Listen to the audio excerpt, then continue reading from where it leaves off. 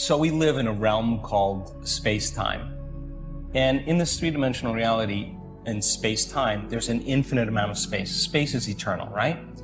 There's an infinite amount of space. And if I'm local as a piece of material flesh and matter, local in an environment and time, or local in space and time, and I'm here and I want to walk up to my hotel, I have one point of awareness. I'm aware that I'm here. And then I have another point of awareness, which is my hotel. And that's somewhere out there. So I have to move my body through space. And when I collapse space, when I move through space, I experience time. So time is the result of moving through space, right? And it's kind of the realm of Newtonian physics, the realm of the predictable, because we can fly from London to Los Angeles or San Diego. You know exactly how long it's going to take as long as you know the distance and the speed, right? So the world of Newtonian physics is the world of the predictable. So then if you're living by the hormones of stress, and stress causes you to put all of your attention on your body, when you're being chased by T-Rex, the arousal of the stress hormones causes you to put more of attention on your body. You're looking in your environment. Your attention is on your environment because that's where the danger is. And you're thinking about how much time you have to get there. So where you place your attention is where you place your energy. And all of your attention is on your body, is now localized in three-dimensional reality. You got to play by the rules of Newtonian physics. So you got to work hard to get everything you want. So then our research shows that when you take your attention off your body, all of your attention off your body, and you go from a somebody to a nobody. You take your attention off all the people in your life. Not that you have to stop relating with them, but you got to get beyond them, and you go from a someone to a no one because you're no longer identifying with anyone. You take your attention off of everything in your life, your cell phone, your computer, your car, and you go from something to nothing. You take all of your attention off where you're sitting, where you sleep, where you live, where you work, and you go from somewhere to nowhere. And you're not thinking about the familiar past or the predictable future. You're going to go from some time to no time. If you're taking all of your attention off this three-dimensional reality, then where you place your attention is where you place your energy. If you're not your body, if you're not the people in your life, you're not the objects or things or places or time itself, what are you? You're pure consciousness. So you teach people then that moment of getting beyond yourself is disinvesting all of your attention and energy out of everything known in your three-dimensional reality. What is going to happen to the mechanism here called your neocortex? You're going to begin to slow your brain waves down because you're not analyzing and thinking about any of those people or objects or things. And as you do that, your brain waves change from beta, which is the arousal of your attention on the environment and on your body and time. You begin to slow your brainwaves down into alpha. Now, at the same time, we teach people how to take their attention off of everything material and from a narrow focus on the material world and begin to go from a convergent focus to a divergent focus, to open their awareness, the act of creating what's called a broad focus or an open focus. As you sense space, you don't analyze and think. Well, as you're no longer analyzing and thinking, you're no longer activating those circuits in your brain, and now you start seeing the brain move into alpha, but not any kind of alpha, a very coherent type of alpha. Now the brain starts to synchronize. The front of the brain starts resonating with the back of the brain. The right side of the brain and neural networks communities begin to resonate with neurons on the opposite side, and you start seeing this psychic union between two hemispheres.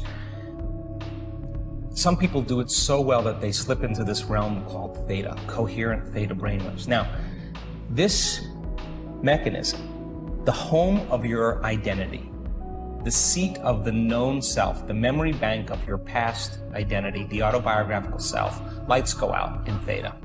And the door between the conscious mind and the subconscious mind open, wide open. And now you're in the eternal present moment.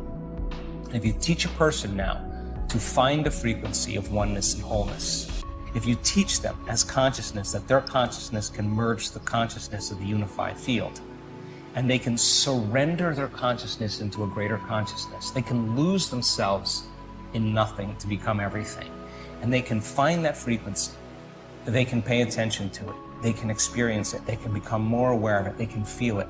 Every experience, every moment is laying down new connections in their brain for them to perceive more of it. If they do this properly, and their consciousness begins to connect to the consciousness of the unified field, now they're in that realm of the quantum, and in the realm of the quantum, time is eternal. You have an infinite amount of time. Now, imagine you have an infinite amount of time. If you have an infinite amount of time right now, you can get a lot of stuff done, yes? In fact, it's only equal to your imagination. So then, if here's a linear line of past, present, and future, if you took that from space-time and you turned it this way vertically, and Hawking talks about this, now what do you have? Past, present, and future happening when? In the eternal present moment. And so now, this is the realm that's beyond the senses. The stress hormones endorse the senses for us to become materialists. We narrow our focus on the three-dimensional world. You narrow your focus on the danger, on the cause. Now you're doing the exact opposite. You're opening your focus, suppressing the neocortex, the memory bank of the known self, and now you're tuning in with your autonomic nervous system. Consciousness is falling right into the limbic brain. Now, in this realm of time-space, all possibilities exist, and they're non-local. And you can't experience them with your senses. So, in a sense, there is no past lives. They're all happening in the eternal present moment. And so then, this is time travel. In time travel, you don't go anywhere. All you do is you move through time, and you experience spaces, dimensions, realities. So then, when you go from one point of consciousness to another point of consciousness in three-dimensional reality, the faster you go, the shorter amount of time it takes. In the quantum, your consciousness, there's no place to go because you're everywhere. You're connected to everything. And all you do is you change your frequency. And as you change your frequency, you change your connection to information. And now, when that limbic brain switches on, the pineal gland begins to become activated. Now the radio receiver is tuned on. And now the pineal gland acts as a transducer. And it's going to transduce a frequency, release the chemicals, the metabolites, to produce profound visual imagery. That's why it's called the third eye, profound visions. But the visions are not going to be out there. It's going to be more real in your inner world, and you're going to experience the mystery of who you really are existing outside of space and time. So just nothing different than being in a dressing room or a bathroom when there's two mirrors like this, and you look down and there's an infinite number of yous that go that way. Those are dimensions, and you come back to three-dimensional reality after you experience that, and you're no longer in that same room. You're in another room. It looks exactly the same as the past room, but something's different in your world.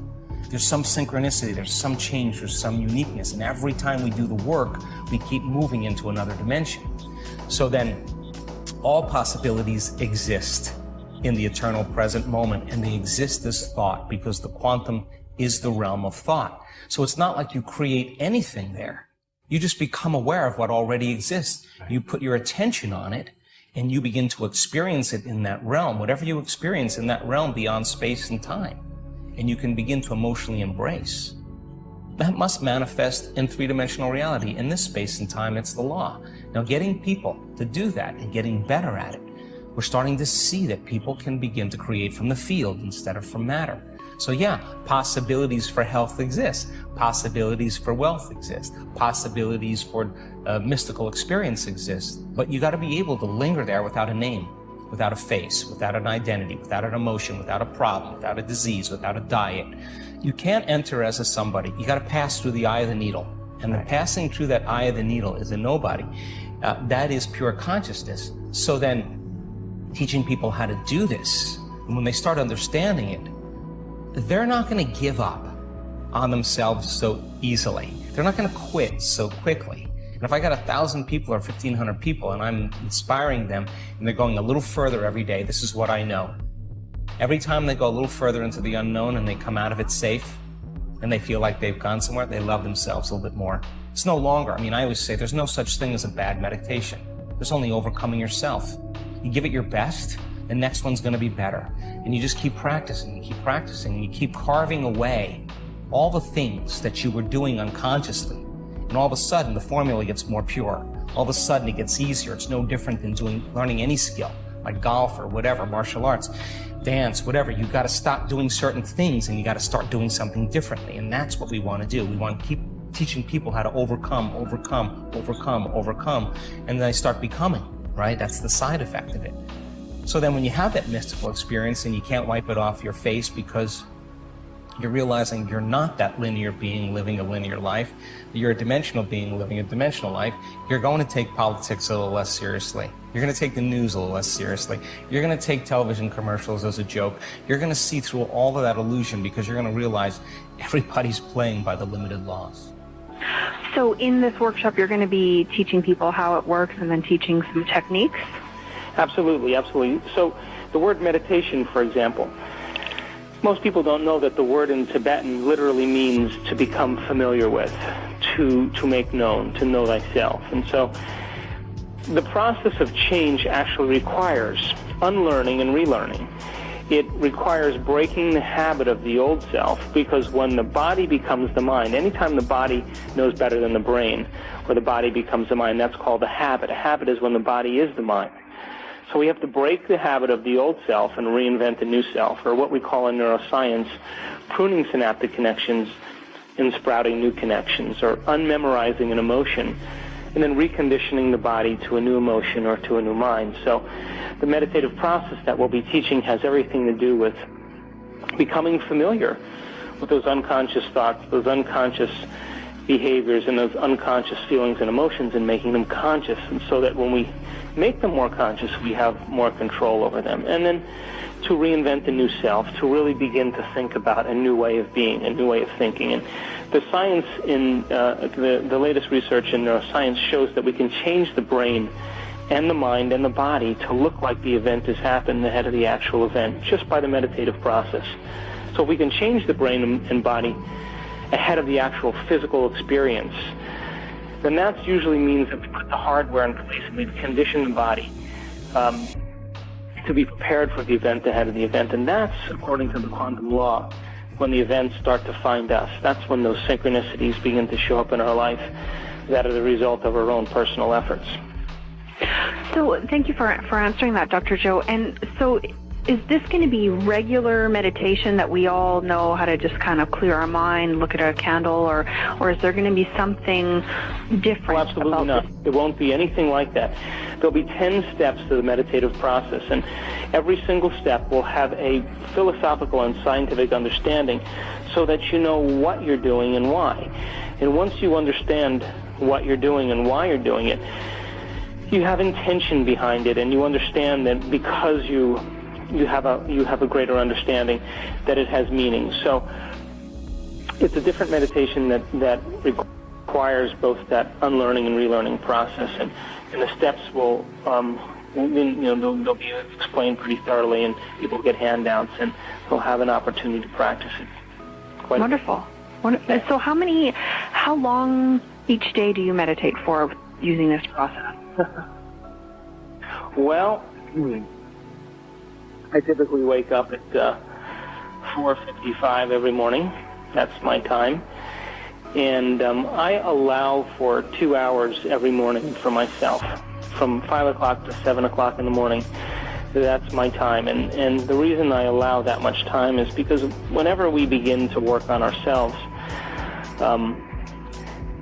there's the door to the subconscious mind opens up twice. It opens up when you wake up in the morning, and when you wake up in the morning, your brain waves are changing from delta to theta to alpha to beta, and so there's a kind of a thin veil between the conscious mind and the subconscious. So it's really fertile ground to begin to set intentions and then surrender the outcomes to a greater mind. And so I usually allow 2 hours because when I wake up in the morning, there's a lot of things that I know that I have to do during the day. I have, patients and staff and traveling and contracts and meetings and paperwork and thousands of things that usually distract most people from the process of creation. And so I allow 2 hours because it usually takes me a little bit of time to get past myself and begin to think about what I really want to have happen in my future.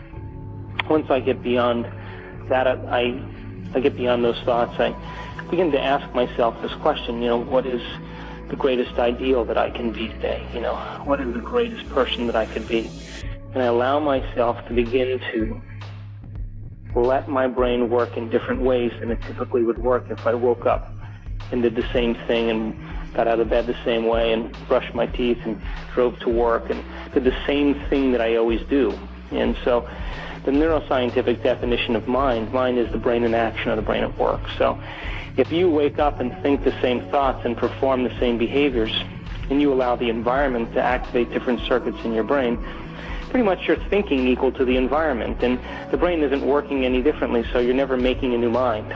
So the beauty behind the meditative process that we teach has everything to do with changing the mind before the experience, that you could actually make the brain work in different sequences and different patterns, different combinations, because you're thinking thoughts differently than you typically do. And because we can make thought more real than anything else, that's the privilege of being a human being. We can literally begin to make the thought become the experience. Now, if we do that properly, the end product of an experience is a feeling or an emotion. And if the thought becomes the experience in our own mind, the body begins to respond as if the experience is happening. Now, what's the beauty behind that? Well, the moment you begin to feel like that new ideal, or feel like that successful person, or feel like that person that's in love, or feel like that free person, the body is being conditioned by that emotion and the body, as the unconscious mind, thinks it's in the event. It doesn't know the difference between the actual physical event that creates the emotion or the emotion that you conjure up on your own. And so if we can get up as a new ideal of ourselves every day, then we're more prone to think and act in different ways. So I allow a couple hours every day.